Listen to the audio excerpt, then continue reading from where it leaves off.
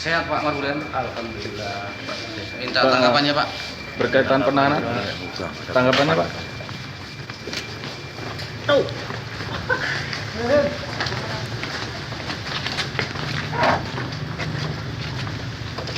Gantung, baik.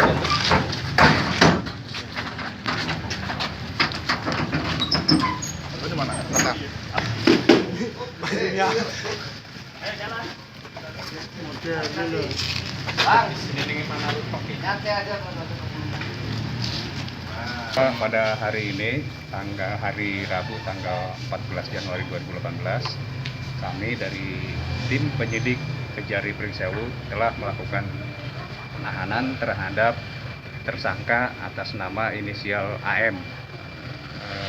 Beliau sebagai KUR pemerintahan di Pekon Pararejo.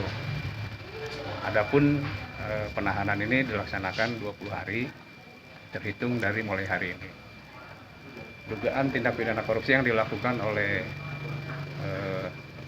tersangka itu berkaitan dengan dana alokasi desa, dana alokasi Pekon dan sejumlah 351 dan dana desa sejumlah 631 juta dengan total sekitar kurang lebih 982 juta. Adapun indikasi dugaan tindak pidana korupsi yang dilakukan oleh Kepala Pekon Pararejo bersama-sama dengan KUR pemerintahannya, KUR pembangunan itu, karena baik dalam proses perencanaannya, dalam penyusunan RAB diduga adanya terjadinya marga, kemudian dalam pelaksanaannya juga ada tidak sesuai dengan kondisi yang sebenarnya dan fiktif. Kemudian dalam pertanggungjawaban pun itu dibuat secara fiktif, sehingga kami dari tim penyidik Kejari Pringsewu menetapkan Pak AM sebagai tersangka dalam kasus dugaan ini. Adapun kerugian negara kurang lebih sekitar 200 juta.